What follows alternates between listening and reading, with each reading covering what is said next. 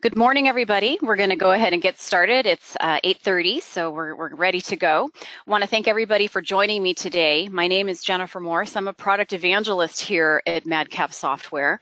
And today I'm going to be presenting an overview of MadCap Flare, including concepts surrounding topic-based authoring and single source publishing. So I'm going to explore some of the advantages of authoring in a topic-based environment over traditional authoring. And I also want to showcase some of the rich single sourcing capabilities in Flare. I'm going to go through the UI a little bit at a high level and also take you through the publishing part of the process and show you how we can create modern responsive HTML5 sites, print-based guides, all out of the box. So we have a lot to cover today. I'm not going to spend too much time on my background or anything.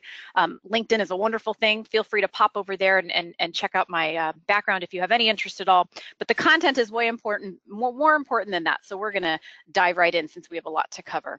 So a couple housekeeping items though before I jump in. We will be recording this webinar, so if you have to pop out early, not to worry.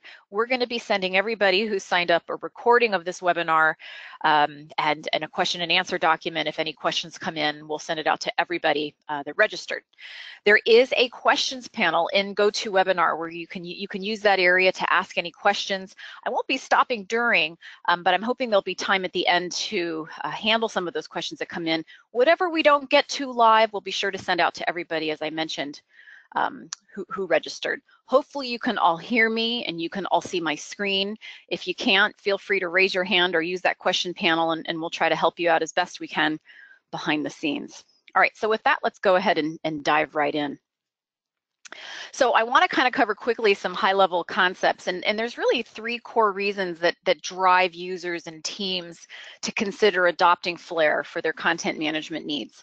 And the first thing is content reuse. Authors oftentimes have the same issue of having the same procedure or policy in 15 different manuals, and they're really tired of updating the same content across all of those different manuals when there's a change to those common bits. Content should only exist in one place so that you have a single touch point to manage all of that content no matter where it ends up living. So that's a big thing that we address.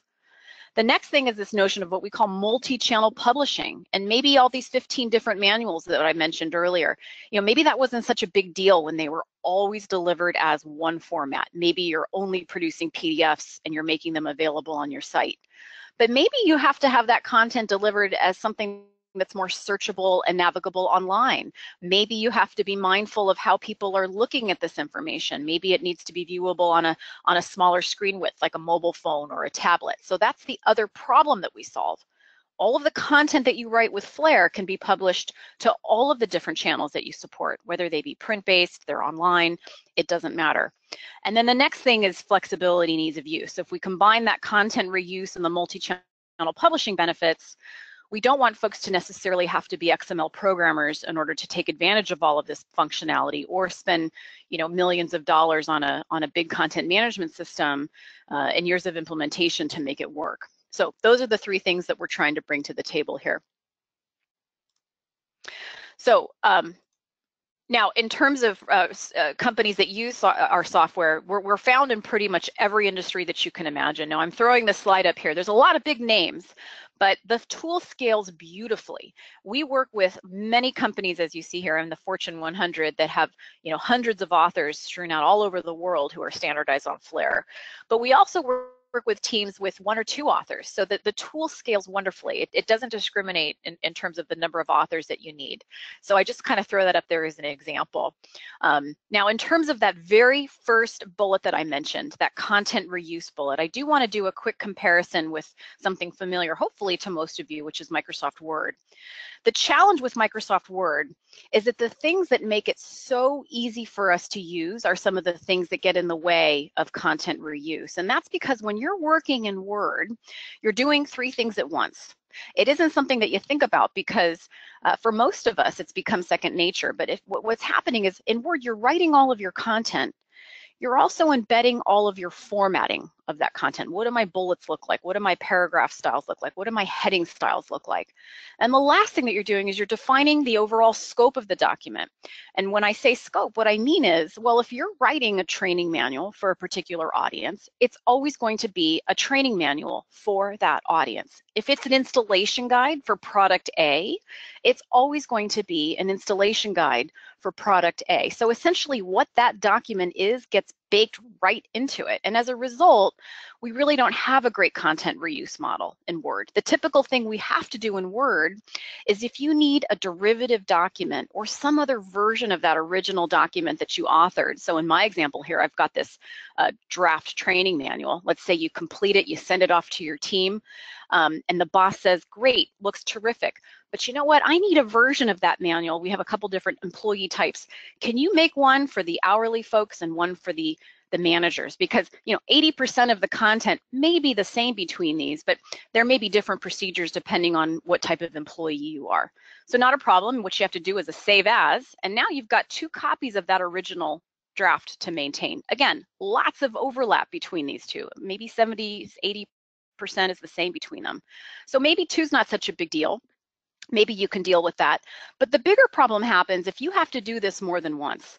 Maybe you start growing and you start opening offices in other locations and you start needing additional derivatives of that original to make to meet the needs of these other locations. Maybe internationally different policies and procedures come up. So I'm stopping at 6 here, but now we've got 6 versions of this original draft manual that we wrote, and there's a lot of common bits between here. So you almost have to keep a spreadsheet and keep track of where you changed and what you changed and see, well, how is that change going to affect other derivatives of that document downstream? So we want to put a big red X on that workflow. And if you distill down to the root cause of what's going on here, as long as we're over here on the right-hand side of the screen, what we're doing is we're hand touching and we're hand editing our end deliverables. And that's what sticks us in a really inefficient workflow. The whole idea of MadCap Flare and really content management in general is we want to stay over here on the left-hand side of the screen. We want to be in a position where procedure X only exists one time, so that if we make a change to procedure X, we don't have to go into all the different places where procedure X lives and uses it. We only do this in one place. So how do we do this? Well, those 3 components that I spoke about in Word, how we're doing those 3 things at once. We're writing the content, we're embedding the formatting, and we're defining the scope. In Flare, we break those out into separate components. I'm going to start with that content authoring piece because there's a few things that we do a little bit different when we approach how we author content in Flare as opposed to something like Word or a traditional, chapter-based authoring environment. So first, when we're working in Word or any other kind of desktop publishing-based tool, it's called linear authoring. You start at the beginning of your document or at the beginning of your chapter, and you keep writing until you get to the end. Flare doesn't work that way. We follow what's known as topic-based authoring. So we work on much more granular content, which we call topics. So if we think of that long manual that you've written in Word or FrameMaker or whatever, Google Docs, whatever it is, maybe it's got 6 chapters in there. Well, it already has 6 granularity points built into it, so that's good. But what if we just look at chapter 3? Maybe chapter 3 has 2 procedures and 2 reference sections in it. And that's another level of granularity. And that's what we're going to do in Flare. We're going to take those 2 procedures and those 2 reference sections that make up the entirety of chapter 3, and we're going to break those out as standalone files. We happen to call those files topics. So in the content management world, there really isn't a rule out there that says, well, a topic needs to be this long or this short, but a topic should have an identifiable purpose. It should be about a specific subject, and most importantly, it should be able to stand on its own. And when it meets those general criteria, then we have a lot more flexibility on what we can do with that bit of information in the future. So if I want to make a PDF procedure manual in Flare, let's say, that just includes these 4 procedures listed here that are outlined in yellow, well, then I can grab those topics, I can stick them together like little Lego bricks and produce a new document. But at the same time, maybe I want to create a searchable and navigable online knowledge base or some sort of documentation portal that has all of my topics. Or maybe it's an online help file that's got to ship out with the application. I can organize those topics in an outline or a table of contents in whatever order I want, stitch them together, and then publish them in an online output that may live on an intranet, or maybe it's a publicly facing site, or maybe it's shipped out with my application. So by modularizing our content like this, we're not adding any extra work because we still have to author this. We're just adding a lot more flexibility on how we can reuse this content in the future. So oftentimes making this change from a linear development environment to a topic-based environment solves a lot of problems for a lot of users. But sometimes we have to go to the next level. Maybe this topic here about users, maybe that can't be used by everybody that's going to see this content. Maybe we need to modify that content slightly for a particular audience or for a particular output. Well, in Microsoft Word, remember, we'd have to do a save as, and we'd have to modify our copy for this new audience, maybe add or take away content in this document. That's what we'd have to do in Word. But that puts us back into the hand touching and the hand editing of our end deliverables, which duplicates a lot of stuff. But in Flare, we can take care of that really easily with what we call single source publishing. And another fancy term, but basically what it means is, if I've got a version of my procedure for audience A and a special version of that procedure for audience B and an entirely different variation for audience C, I'm not going to have 3 different versions of that content to maintain. I'm going to put all of my content into one procedure, and I'm going to let my software do the heavy lifting. And why is this a good thing? Well, when we adopt this kind of single source publishing mentality, we can reduce a lot of the content duplication that goes on in traditional authoring environments. We can be much more efficient as authors in terms of our messaging and how we're explaining how to do things, because information only exists once. If we have to translate this information into other languages, if you happen to be crossing over that translation bridge, either now or in the future, when we adopt this kind of workflow, you position yourself to save a lot of money when we have to translate this into other languages. The translation business is a big one, and it can be expensive, and so we want to try and save as much money as possible there, and this kind of model can really position you to do that. Now, what it ends up looking like, this single sourcing workflow in Flare, and this is a little bit of a simulation, is you would create your procedure in Flare, and you would create essentially your master source file. So here I've got just a rudimentary example. I've got my getting started procedure, let's say. So in the next thing we're going to do in Flare, after we author our main source content, is we're going to add some single sourcing metadata to customize our source. So these are going to be things like conditional tags and variables and things to customize this source document. And I'm going to talk about these in a little bit more detail when we switch over to Flare. But in this example, maybe this opening paragraph here, well, this is an opening paragraph, let's say, for audience A. So I'm going to use a special color code in Flare which says, hey, this content is special. This only applies to audience A, maybe my beginner audience, let's say. Well, maybe the second paragraph, maybe this is an alternate opening paragraph, and this time it's unique to audience B, so it gets a different color code to let me know that it's special. Let's say this one's red, and this is for my intermediate audience. Maybe the next couple paragraphs, these are the same for everybody, so I'm going to leave them alone. And maybe this very last paragraph down here at the bottom, well, maybe this is only for my PDF guides. I don't want to publish it all to any of my browser-based or my mobile outputs. I only want it to show up when we go to print. So if content is unique for any reason in Flare, well, then you can use one of those color markers to let us know that, hey, that's special, and we can use those color markers to identify it. So these color codes, these are great for the writer, but we can't give it to our customer or our employee looking like this. So Flare is going to help us generate these custom deliverables. Now, in an XML workflow, this process of creating output, it's called a transform, which is a fancy word for take my raw XML content and make it into something that people can use. This topic here, this isn't help specific, it's not PDF specific, it's not knowledge based, it's nothing until we run it through a transform so that it's renderable for our users. So there's all these, complicated things out there. There's transforms, there's XSLT, there's XSLFO, there's all these things, but most folks don't care about all of that XML alphabet soup. They just want this to work and they want it to look good. So we simplified the terminology and we call these transforms publishing targets. And a publishing target in Flare is basically a recipe that says, well, how do we process these raw neutral topics so that the deliverable is just what we want for the particular audience that we want. So I've created some publishing targets here. I may create an output for my beginner audience. I'm going to include those tags that I've marked as beginner. I exclude anything I've tagged as intermediate in PDF, and I'll have the opportunity to define some other attributes like, well, what kind of web template am I going to bring in? So there's some other things that we can choose in these recipes. I may have one for my intermediate audience, which includes only those intermediate bits. I'm going to exclude anything I've tagged as beginner in PDF. And then, of course, my PDF target, including those PDF bits, excluding anything I've marked as beginner or intermediate. Basically, I can use these recipe files to include or exclude any of these tags that I needed. So we sort of create this publish on demand kind of system. Anytime I need to create a new version of this document or a new output for a different audience, I'm not going to do a save as and change it. I'm going to just create a new publishing target and let my software do a lot of that heavy lifting. And then once we define our targets, well, then we can start building our outputs. So here's my guide or my output here for my beginner audience, just includes the green bits. My intermediate folks, well, they just get the red bits and those 2 common paragraphs there. And of course, you see the output looks a little bit different because we specified perhaps a different template to wrap around all of that information. And that's what the other thing that target file does. We can pull in a different style sheet. We can pull in different templates to use for our outputs. We never embed those things in the raw topic files.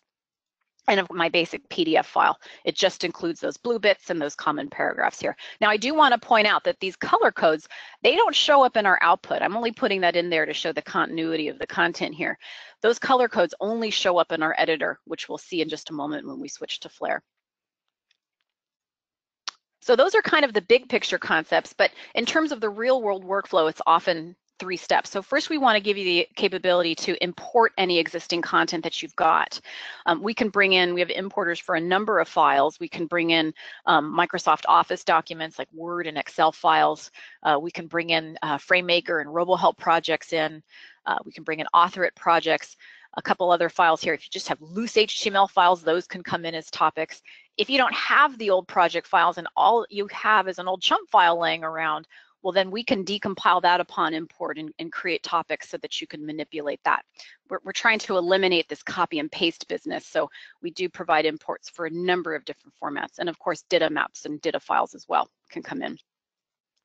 Once everything's imported, well, then we can edit that information that comes in. We can also create net new topics within our Flare editor, and I'm going to show you the UI in a sec. Once everything's created and edited and styled the way we want, well, then we start getting into those publishing targets. We can start building these different outputs. We can go back out to print. We can go back out to Word or FrameMaker if you need it. We have responsive HTML5 output right out of the box. And then, of course, if you still need those good old-fashioned chunk files, we do support it. But we've got some other publishing options as well. If you have to publish your single source content to Salesforce Knowledge, for example, we have a plugin that allows you to do that.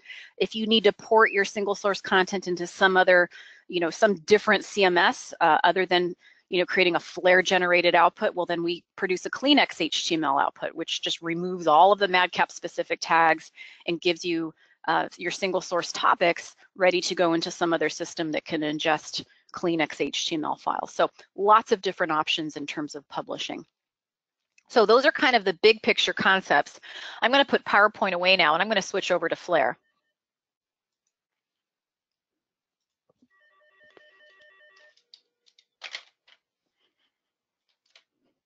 Okay, so we have Flare open here.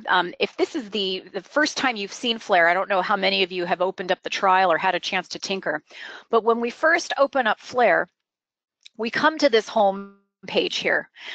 Now, some people will start breezing right through it and they'll start diving in and getting lost, and that's totally fine. But I do want to make you aware of some fun areas here. We do give you access to this Getting Started guide. So if you prefer to kind of read through things, this is a great thing to look at. And by the way, these guides, these videos, these tutorials, these are all authored in Flare. So we do eat our own dog food around here. So this is a great example to show kind of what you can do with the software too. If you're more of a visual learner, we do have some Getting Started videos. So walking you through how to do various things visually within the tool. This tutorial is a wonderful place to begin. This walks you through an unfinished Flare project. So it gets you familiar with how to create a new project, how to add topics, how to edit stuff, and actually go through the building process. So if you haven't discovered this, this is a good place to begin as well. Now, when we start new content, we do give you, start new projects, I should say, we do give you access to a number of different project templates if you wanted to, start from scratch and base it on a template with some starter topics defined, some style sheets and some web skins already there. They're just there to get you going. You can edit and take away, you can build upon these things. Like I said, they're just there to begin and give you a chance to kind of start down a path. I think, in fact, I'm using this one here for the demo today. That's the template project I used to start, which is what we're going to walk through. Over here on the left-hand side of the screen, we have what's called our Content Explorer. All of our topics, all of those little Lego bricks that I mentioned in the slides, they're all stored here. This kind of represents a file list. So this is going to store everything. You can move these, you can create additional folders. Let me make this a little bit bigger. You can create additional folders if you want and organize your topics in these folders. It kind of represents, it's kind of like Windows Explorer. It's going to store everything alphanumerically for organizational purposes. In addition to our topics, the other thing that's stored here is what's called a resources folder. Every Flare project is going to get a resources folder, and it's going to store some supporting files to our topics. So screenshots or multimedia files that you may be embedding can live here. Our style sheets, which define how the formatting looks in our topic, those are all stored here as well. The project organizer down here on the bottom left, if I click that, this new pane loads. This stores more of the gearing of our project. So those recipe files that I mentioned are all stored here. We've got some other ancillary tabs. I don't have anything in here, but if you're doing context-sensitive help, meaning you want to take your documentation, you want to stick it to your application in various screens or fields, we have a full context-sensitive help editor and API that we can use to identify our topics. So all of those kinds of gearing types of files are stored in this project organizer. But I'm going to switch back over here to our topics and start talking about creating and editing content. If you want to start working on a topic and you want to start editing, all you have to do is double click on it over here. It's going to open up in our XML editor. Oops, I'm going to turn these off for a second. So this is a multi-document editor. We can have multiple files open at once. So when we open up a topic, it's just going to open up here. Now we call this an XML editor, but you don't have to know how to spell XML in order to use it, or at least that's our goal. We wanted to make it feel as much like Microsoft Word as possible, just to reduce a lot of that learning curve. So if I want to start typing text, I'm just going to type in some words that we're going to talk about today. So I can start typing just like I would in Word. So variable snippet conditions. If I wanted to make a numbered list, let's say I can select this information. I have a toolbar up here I can use to make another numbered list if I want to. Pretty straightforward. Working with images, multimedia, also very straightforward. There's a few different ways to insert images into your topics.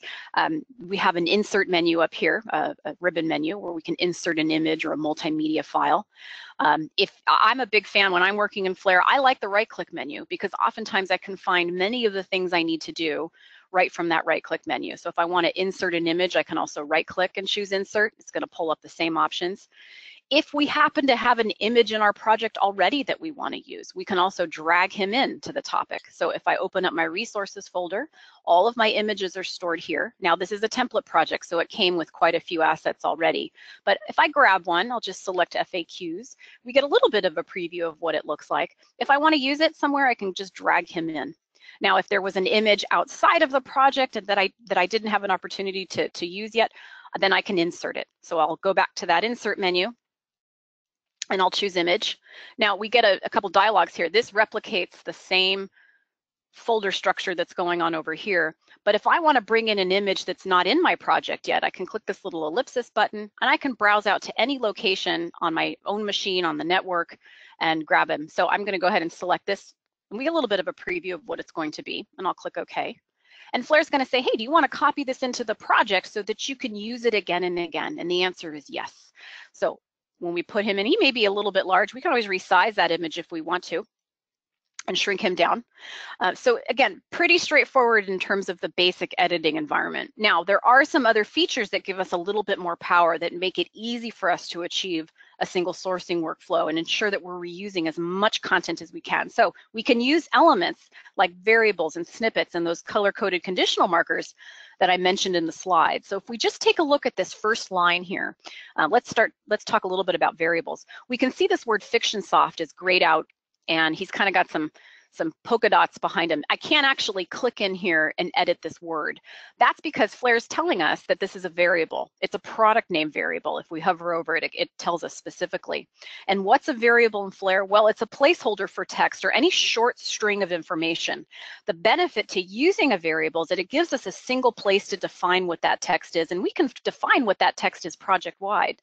So if I'm using this reusable chunk of text, like if I typed more about FictionSoft, Flare actually will sense I'm typing this reusable chunk, and I'll say, hey, do you want to use one of these? Now, if you don't like this predictive text or predictive typing kind of behavior, it's an option you can turn off. I kind of like it. So it ensures that I'm using these reusable bits that are available to me. So I typed in another or dropped in that variable here. And the benefit to using a variable is, as I mentioned, it's a single place to define what these things are. It's inserted in there by reference. But these are great for product numbers, version names, company names, essentially any short string of text that you think is going to change in the future and you're not sure what it's going to be. Think about using a variable. Let's say you're shipping, let's say you're documenting beta software, something that's not even out yet, and the company hasn't even decided on what the name of the software is going to be. Maybe you're documenting it and you've got a code name for it, or what you think you're going to call it. Maybe at the 11th hour, the marketing team comes to you and says, all right, folks, we're not calling it FictionSoft anymore. We're shipping tomorrow and we're calling it FictionSoft Enterprise. Well, rather than going into all of the places that you've used, you've hand typed in all these different topics, let's say, may reference the term FictionSoft, you may have typed it in. The better thing to do is just redefine that variable. And so we don't have to manually make those changes or do a multi-file find and replace, which you can do, but that can tend to be a little bit error prone no matter what you're doing. You hope you just didn't miss anything. So if I have this in a variable, I can just redefine it. Now, again, I like the right-click menu in Flare because it generally takes me to where I need to go. So if I right-click on one of these variables, I can change it. It takes me right to the variable set just by selecting Opening Variable Set. Here are all of the variables in the project. This is a template project, so it only came with a few. Right now, that product name variable is called FictionSoft, but marketing says we're calling it FictionSoft Enterprise, so I can just update it in one place. When I save the file, everywhere I've used that term, it's going to update for me automatically. I don't manually have to make that update. Now, variables are great for those short strings of text, but what if you've got a larger chunk of content that needs to be used over and over again? Maybe you've got a series of steps or styled admonitions that you use often, like warning, caution, note. Maybe it's a phrase or just even a paragraph that you type often. For those larger chunks of content, we can insert what we call a snippet, and it's also a reusable chunk, and it's inserted by reference, very similar to a variable. But snippets can be styled, they can contain images, they can contain tables, they can contain really anything that you would include in a topic. But I like to think of them like subtopics. They really can't stand on their own. So I'll show you what I'm talking about. I'm going to open another topic in my file list here. I'll double click Getting Started. And just as a really simple example, maybe this chunk of information here, maybe this is something that we use a lot. I don't want to always come to Getting Started, and I don't want to have to constantly copy and paste this content into other topics or paragraphs where I need it. I can actually make it a snippet file. So if there's something that we want to reuse, I can select it, and there's a button up here in the home menu that says Create Snippet.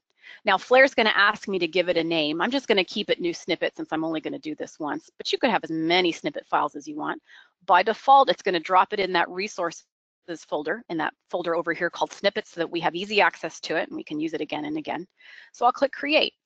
Now, the content didn't change, but if I can't actually click in here now and change any of this text, that's because this whole chunk is inserted by reference. It's coming from this snippet file right here. If we need to use this chunk of information again, well then let's pop back over to basic steps. Maybe I need to use him right here. This is something that needs to show up. So I can just click and drag him over and that chunk of information appears.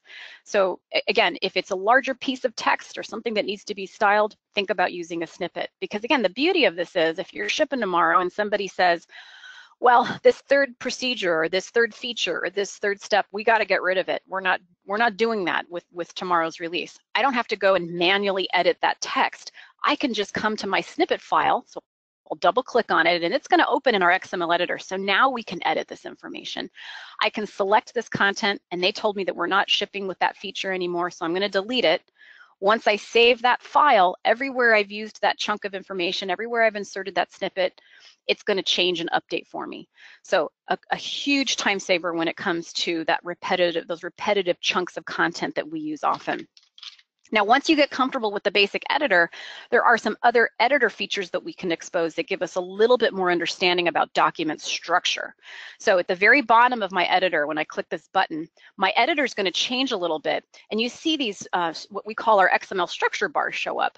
And these are really handy because they give us a visual representation of the underlying structure without complicating our editing environment with a bunch of pseudocode, because a lot of XML editors, they may look a little bit like this. And sometimes that can be distracting for people, sort of this pseudo true code view. Now you can work in this if you want, we don't judge, but this we find is a lot more user-friendly and it still shows us what's happening under the hood. So I see I've got a heading 1 here, I've got a paragraph, here I've got an ordered list with 3 list items.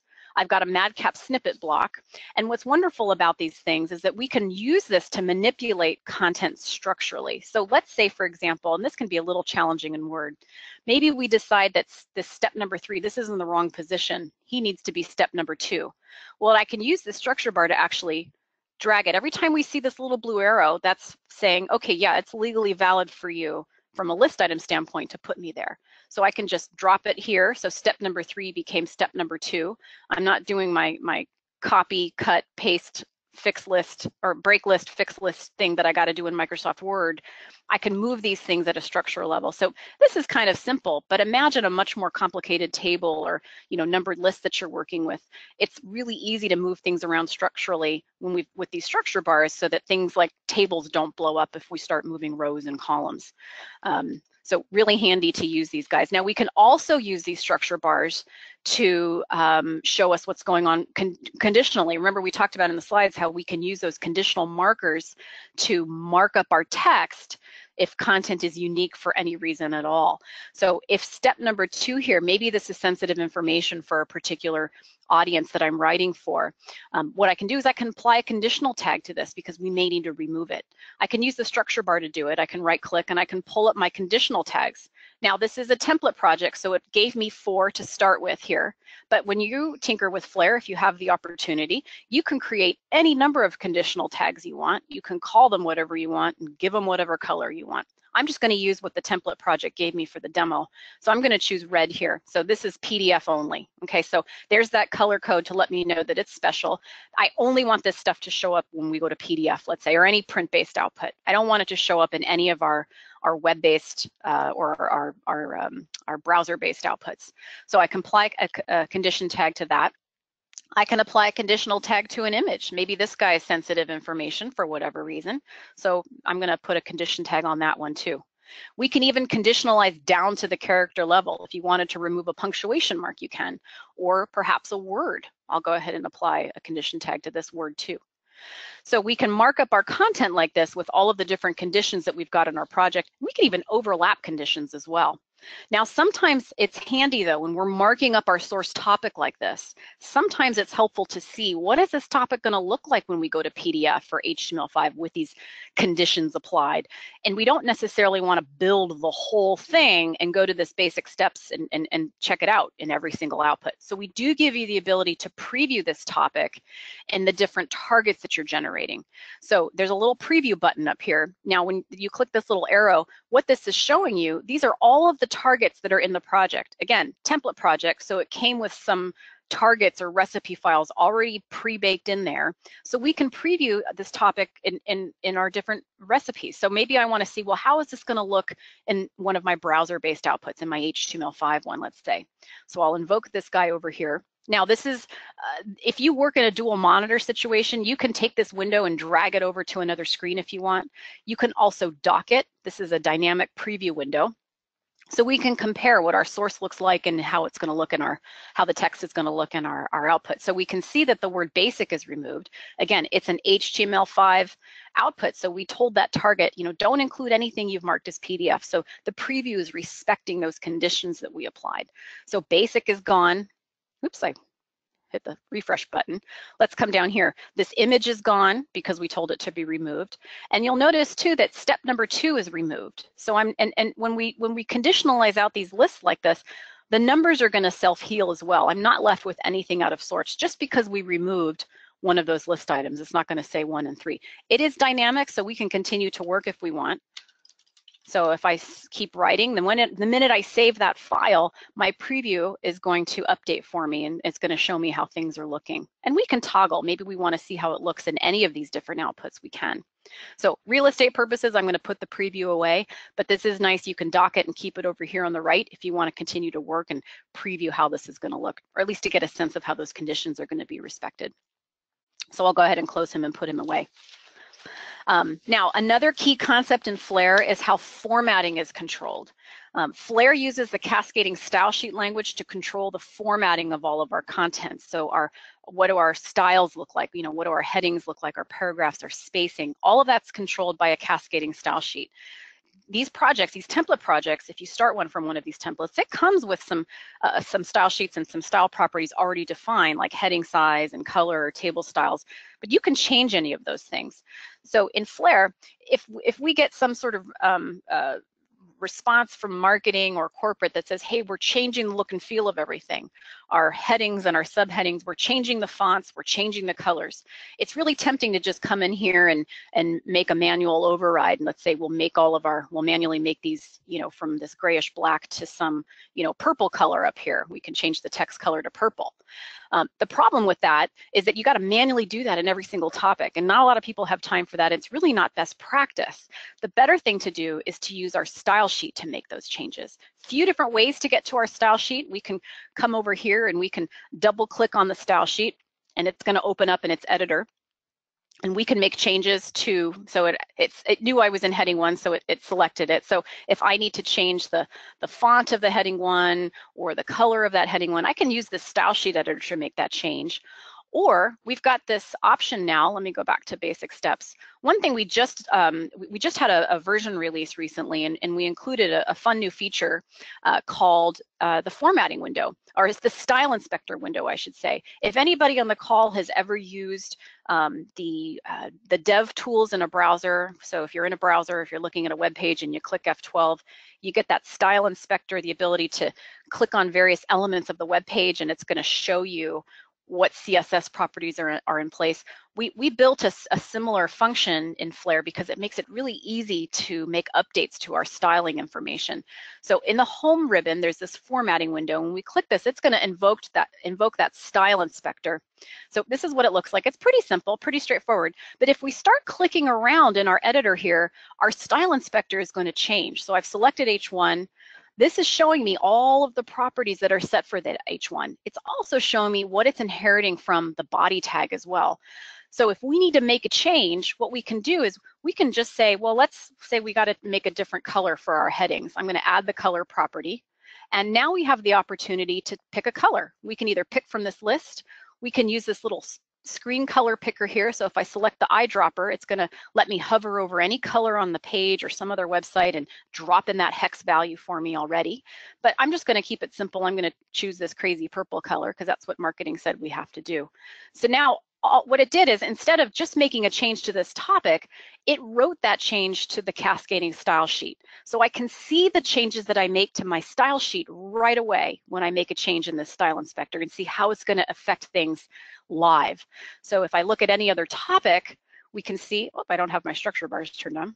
We can see that H1 is purple. I didn't manually make that change. All of the heading 1s and those heading 1 style classes now take on that purple color. It's a huge time saver. So this is a great tool to use even if you're really advanced and you know CSS. This is a really helpful thing to have. It can help you troubleshoot and understand what's going on. Or if you're new to CSS and you want to see how changes you make to your style sheet affect your content, encourage you to play with the style inspector because it can be really helpful. Okay, so I'm looking at my time here, and we've got a little bit of time. I want to do a quick segue a little bit. We talked about editing content in here. I did mention that we can import content into existing projects, or we can start a whole new project based on import of legacy files. I want to demo quickly how we take in Word documents, because that's a very common thing. Again, you can start a brand new project based on a Word import, or you can bring those files into an existing project if you've got one brewing. So that's what I'm going to do. I already have a project started here, and I want to show you how Flare handles the import of Microsoft Word content. So up in the project menu here, I'm going to switching over to project. There is an import button, and this allows us to bring in those documents into existing projects, those import files into existing projects. So I'm going to choose Microsoft Word, but as you can see, we can bring in a number of files here into an existing project. And I'm going to start the Microsoft Word import wizard. And Flare is going to say, yep, okay, let's import these files into this project. And I'm going to click next. This is where we tell Flare, well, what files do we want to bring in? So I'm going to click this little plus button here, and I'm going to browse to some files. Now, I chose some of these on purpose because it's like worst case scenario. I know a little bit about these files. Now, I know that some of them came from one department, and they followed their own particular Word template. They're using, maybe some standard Word styles to style everything. One of them came from the engineering team, and they went off and changed, and they used their own crazy Word template to make things look the way they want. So that's kind of worst case scenario, but it's pretty typical. Oftentimes when you're dealing with a lot of Word files, you've got multiple hands in the pot, and everybody's doing something a little bit different. So I'm choosing these on purpose. I'm going to go ahead and click open. Here's my 4 docs. Now, when I click next, Flare's going to scan these documents, and it's going to look for as much information as it can, because we want things like lists to stay lists. We want tables to stay tables. And it's looking at all that stuff it can repurpose. And we come to our first big decision point here. Remember, we said Word, linear, Flare's topic-based. So we want to try and break those long linear documents into individual topics. And the way Flare does that is based on those Word styles. So here it found all of the styles that were used in that Word doc. Heading 1 is often a good place to start, so I can add it to the new topic styles list. It's basically telling Flare, every time you come to heading space 1 in those 4 Word documents, I want you to break and create a new topic for me. So it's a good place to start. A lot of folks will begin with that. But if I click finish, I do get a little bit of a preview of what I'm going to get as a result of that import. So we can see we've got 1, 2, 3, 4 topic files, and we had 4 Word documents. So the issue there is that we sort of got these long topics. If we look at about firewalls here, well, this was a heading 1. So it broke and created a new topic. And while my content looks good, my image looks good, it's almost looking like a small chapter to me rather than an individual topic. This kind of looks like a subheading. Here's some more content. So we may not have gotten granular enough with this. If you don't like what you see on this import, you're not tied to it. You can always cancel, and you can come in and maybe add another level of granularity. So I want to break on not only heading space 1, but heading space 2 as well. Now, we also don't want to forget about that engineering team. Remember, they went off and used and renamed some of their styles, and things look a little bit different. So I want to make sure I grab their headings as well. So I'm going to grab their heading 1 and heading 2. So anytime it comes to these styles, and Flare's going to break and create a new topic. So when I click finish, I should see a few more bits, and I do. So this about firewalls topic, again, this is looking good. So we can see that, yeah, this was another subheading. This was probably a heading 2, and it broke and created a new topic for me. This is probably a heading 3. So if I wanted this to be a new topic, I could cancel and choose heading 3 in my list as well. But I like the way this looks, so I'm going to go ahead and click accept. And Flare's going to drop these over here on the left. I'll draw your attention over here. It created a folder for me and put all of those little bits in here. Now I can rearrange these and organize them into any folder I want. I can rename these things if I want to. But it actually, it leads me into this next point, because we've edited some content. We've brought some information in. One thing I want to point out, and this is sort of tricky to new users, is when they see this information in here, they say, okay, this makes sense. I can see all my new topics. I can move them around. But maybe I don't want about firewalls here. Maybe I need it someplace else. And they start moving topics around, and everything gets dropped alphanumerically. That's because that's exactly what this is. This is just a file list as it would live on disk, for example. But the topics that we deliver in our output and their actual order is not maintained here in our content organizer. We don't use this to stitch together the topics that we want for an output.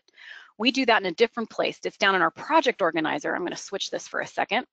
And it's actually, those are stored in our table of contents files, our TOC folders. So the TOC plays a very important role in Flare. It controls the order and what topics are displayed in our different outputs. So that's what lets us stitch together whatever topics we want for a given deliverable. So it's not uncommon to have more than one table of contents in a project because different targets may use different TOCs or a different order of those topics entirely. So this is what we can use to show what our customers are going to see. So I'm going to open up one here. I'll double click on online output and we'll play with this a little bit. So this is what we would expect. We've got a little bit of an order here. So this is the beginning of our table of contents. If we want these topics to be in a different order, we can reorganize them here. So we can click and drag these topics and move them wherever we want. So if what's new needs to be first, I can just drag and drop it, or I can use these little buttons up here in the toolbar to move these things around. Maybe we want to bring in another topic, maybe from an import or some other topic that we created needs to be put in this table of contents because it needs to ship out. Well, I'll switch over to my Content Explorer. Maybe this about firewalls topic that we created on an import, maybe this one needs to go, you know, somewhere in this table of contents, maybe top level. So we'll put that about firewalls topic there. So all point and click and drag and drop, we can organize this order of topics any way we want. Now, I want to tie some of these things together. Now that we've built some organization here for our topics, I want to switch over and transition and talk about those publishing targets. So back to our project organizer, those recipe files or those target files are stored here. Now again, template project, it came with a few already, but you can add additional targets if you want to. You can rename these targets if you want to. There's a rename option here. We can name them whatever we want, but I'm just going to open up one of these here and kind of walk through what's happening. So I'm going to open up this HTML5 top navigation target. I'm not going to go through all of these things. I just want to touch on the big points here. The first thing is what are we building? So we want to tell the target file what to actually make. So this example is HTML5, but as you can see, we can build any one of these things. The table of contents option, this is where we tell the target file, okay, of all of those tables of contents that we've got on our project, which one do we need to use? So we were just playing with that online output table of contents, so that's the one I want to use in this particular output. Conditional text, well, this is where we tell the target file of those color codes that we've added, what bits are we going to include and exclude? So this is an HTML5 output, so it's got that exclude PDF tag already. But when you're tinkering, if you have the opportunity, of course, your idea of what you need to include and exclude is going to be a little bit different. But I'm just going to keep what's here in this template project. And that's it. I'll go ahead and click build. And it's going to churn down here at the bottom. This is compiling all my files. This is running in the background. So I can build any one of these things. I can continue working if I want to. I don't have to necessarily stop, go get a cup of coffee and wait for this to happen. I can right click, maybe I want to build one of these PDF guides. Again, you don't have to open up the target file and click that build button. You can right click on one of those and just click build right from that context menu. So this top navigation, this HTML5 one is done. Let's take a look at what we got. And I'm going to move him over because he opened in the other screen. So this is called our HTML5 top navigation output. This is the bone stock out of the box skin or web template that's wrapped around our topic files. So all of this is customizable. This is all just placeholder stuff. All of these guys down here, you can customize these things and these skins however you want. Your logo, the background color, this hero image, this, maybe you don't like rounded search, maybe you like square search. All of these things can be changed. We have the capabilities to do this in a visual editor without having to code any of this stuff. But it's called top navigation because we took the traditional table of contents that you often see down the left-hand side of the screen, and we moved them across the top. So it looks a little bit more modern, more like a website, something that can fold into your existing web platform, for example, if you want to build more of that portal look and feel. This is a little interactive slideshow that you can keep or take away, replace with your own images and links if you want to. But if we want to start, browsing around here, let's click on this about firewalls. Here's that topic that we imported with that crazy purple heading color that we changed. We can use this as a traditional table of contents. If we want to do a search, I'll do a search on a topic. We wanted to make the search very front and center, because what do people do when they get stuck in the real world? They go to Google and they search. So we wanted the search to be really prominent in this particular web template. And we even get Googly style results. We have a little bit of a summary, a direct link to the actual topic page, or the page where that information is living. And I didn't have time to show this. If we build a glossary of terms in our Flare project, now this template project had a glossary of terms already, but a glossary would just be a term and then a definition. And we can build out this list, and we can include that glossary at the target level. So in one of the options in our target files, which I'll go back here and show you real quick. There's a glossary tab, and it chose to include this particular glossary in the output. And so you've got some options on how that glossary looks. So this is one option. If your end user happens to search on a term that's defined in your glossary, you get it's the very first thing that shows up in the search results. It's kind of like when you do a search on a term in Google or Yahoo, for example, it just sort of knows you wanted the definition of it. We're trying to replicate the same experience here. So if it's a defined term, it's the first thing that shows up and you get its definition. This is responsive out of the box. So if we look back to this home page here, there's a lot going on, and it looks terrific when we're in a web browser. But what if we were looking at this on a much smaller screen size? You know, what happens to all of this stuff? Well, if we shrink it down, these these skins, they're responsive out of the box. So if we kind of mimic an iPhone here, we can see that my table of contents goes away. I automatically get this responsive hamburger menu where I can tap through these things if I was looking at it on a phone or like a tablet, for example. All of my content stacks appropriately. Those videos that were 3 across now stack on top of each other so we can still access them. Our footer information shrinks down appropriately. So you don't have to code any of this. All of this responsiveness comes out of the box, and it's very easy to manipulate.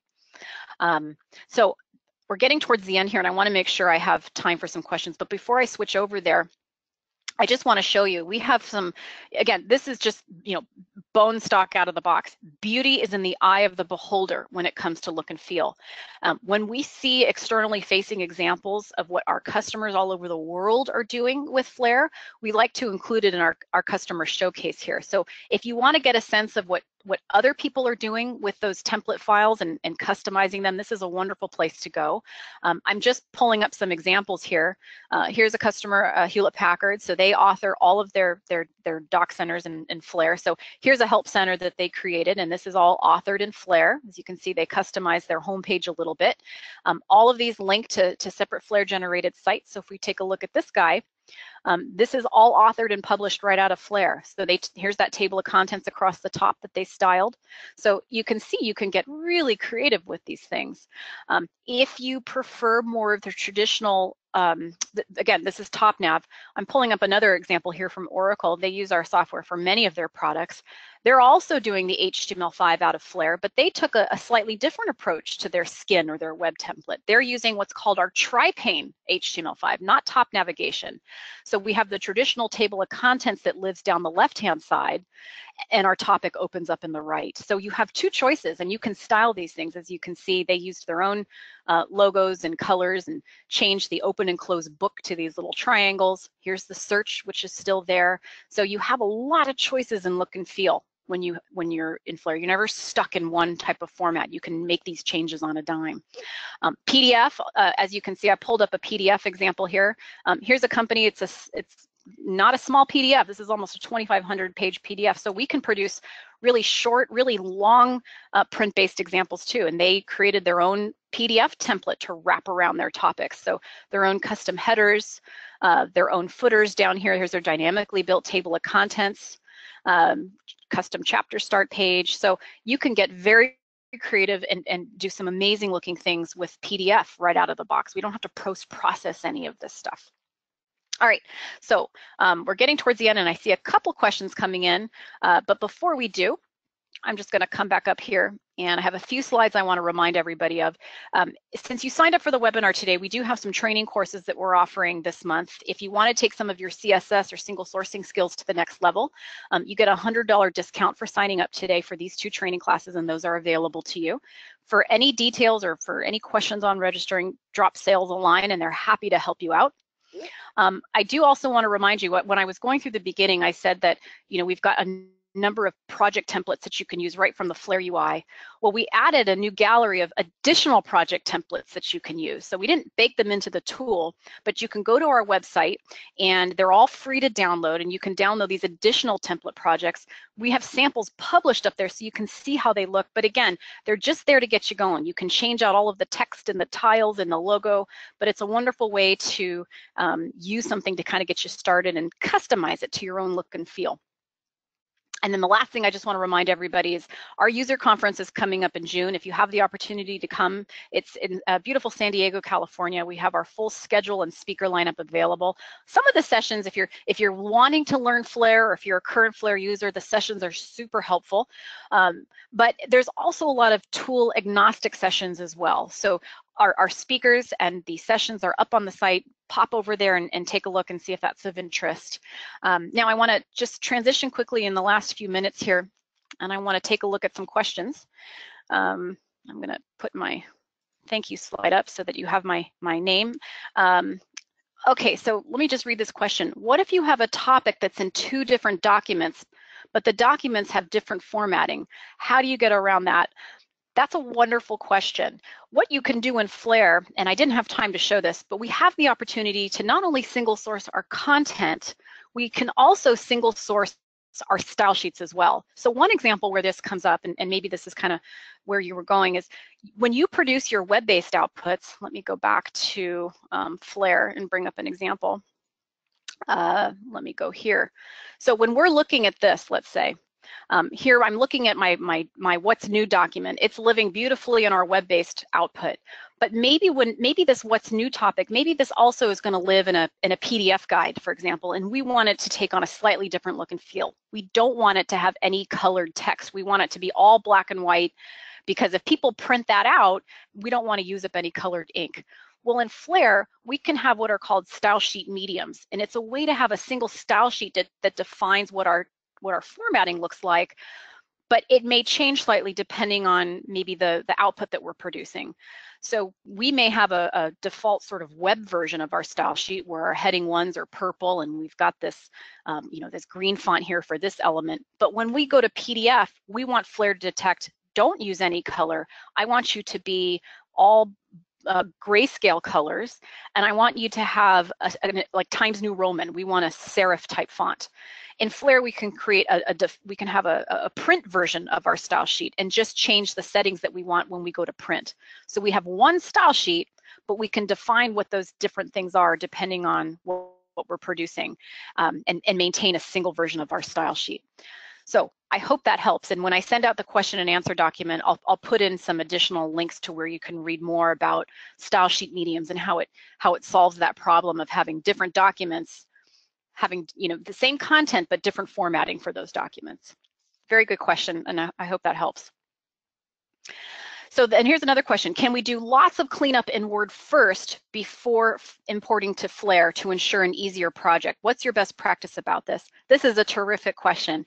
And the answer is yes. It's very much a garbage in, garbage out, if I can use a terrible cliche.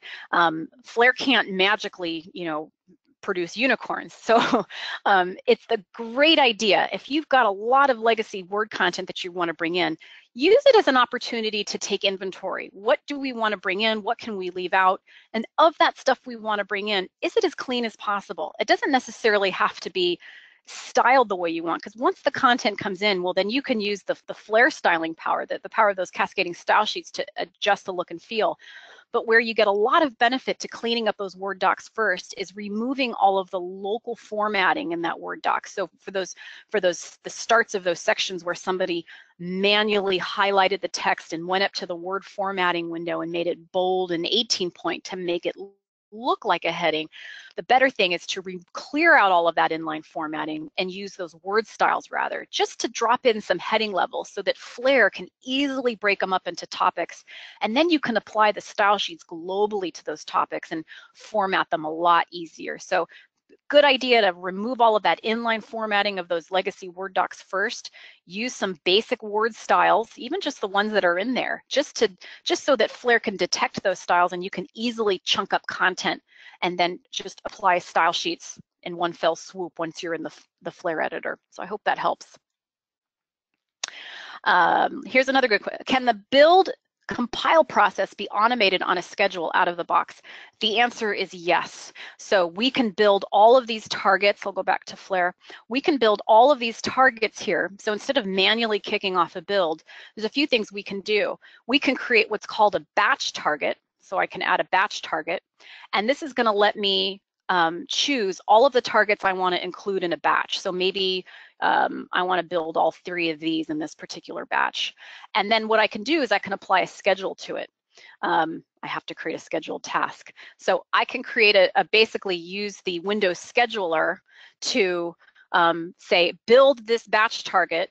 If we want to do multiples at once, we can put, individual build schedules on all of these, but a batch target's quite nice because it just lumps a bunch together, and we can use Windows Scheduler to build all these things at a certain time. So not a problem. Some organizations will have dedicated machines that run nightly builds for their stuff. So if you had a license of Flare, let's say, we have build licenses of Flare that aren't used for authoring, but they're just living on a build machine in the corner somewhere. And you can, again, use these batch targets or use the command line even to kick off all of these builds and have it happen programmatically. So absolutely supported. Either in your license, or if you want to have a separate license on a separate build machine, you can do that too. So here's a question. What's the difference between heading space 1 and heading 1? So that was an example in Microsoft Word. When you're working in Word, you get some bone stock templates, Word styles out of the box. So it's generally heading 1 and it's blue and Calibri. But when you're working in Word, you can rename those styles and give them whatever properties you want in Microsoft Word. And that's what that example was. So 3 of those documents were using just the stock heading space 1 Word style. One of them, the users went and changed it from heading space 1 and they called it heading 1 with no space in between for whatever reason, I don't know. And their styling looked a little bit different. So that's why we saw heading space 1 and heading 1 in the Word document. So here's a question. So while authoring often faces this issue, build failed, objects reference not set to an instance of an object after adding a new row. That's a really good question, and that sounds like an interesting project-specific error that you're getting. So I'll send out my email to everybody that registered today. And if you're running into some specific issues like this, feel free to drop me a line. We'll probably want to take a look at your project and see what's happening so that we can come up with a solution. Oftentimes we can spot something obvious if we take a look at what's going on. It'd be hard to comment generally there. We'd probably want to look at what's happening. Here's another good question.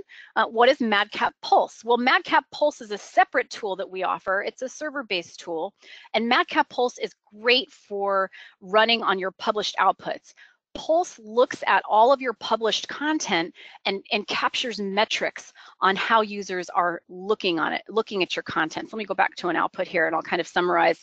So Pulse, now our users wouldn't be able to tell if this content was Pulse enabled, but if we had Pulse configured and this output was Pulse enabled when we published, it would capture the actual topic. So if we click on links and or footnotes, for example, Pulse would log that this was actually clicked on and it was looked at. We don't track individually who, but we can look at for the last 30 days, what are the most recently viewed, or what are the most popularly viewed topics? What does everybody click on? It also captures things like search terms. So if I search on the word topic, it's going to log every time the word topic is searched on. So you can run a report, okay, for this particular output in the last 30 days or the last 15 days, what search terms are used the most? And if we type on a term, and I'm going to search for a word that I know is not in here, if we search for a term that comes back with 0 results, Pulse is going to log that as well. So probably the most popular report in Pulse, and the one that really pays for itself, is the one that shows you for this period of time What keyword searches are your users doing that come back with 0 results found? That gives you an amazing idea and a really quick idea of what people are looking for that isn't in your documentation. Perhaps it led to a more expensive support call. Not that you don't love to talk to your customers, but if people can help themselves, it saves a lot of people time, obviously your users, and the company money. And you may find, we have customers that use Pulse for these metrics, and there's other metrics that can find too, like browser statistics and operating statistics. You know, what's the makeup of your users actually hitting the documentation? But what some people find is when they run this search terms with no results report, they may find that, you know, how they've thought about authoring content is very different than how their end users are searching for stuff. I'll give you a quick example in the few minutes, if you can stay with me here. We use MadCap Flare to develop our own intranet policy and procedures, and our entire intranet's built on Flare. So oftentimes the HR department was finding, you know, years ago when we first started the company, all the employees were searching on things like vacation form, vacation time, vacation policy, and they were coming back with 0 topics found, and no forms were getting returned. But it was all in there. But the HR department, they wrote about it, and they called it flex time off form, flex time off procedure, who to contact if you have questions about flex time off. So clearly people were searching on things like vacation, but it was coming back as nothing. So what we were able to do, rather than have them field all these calls, we can direct them to all that self-help that we had built.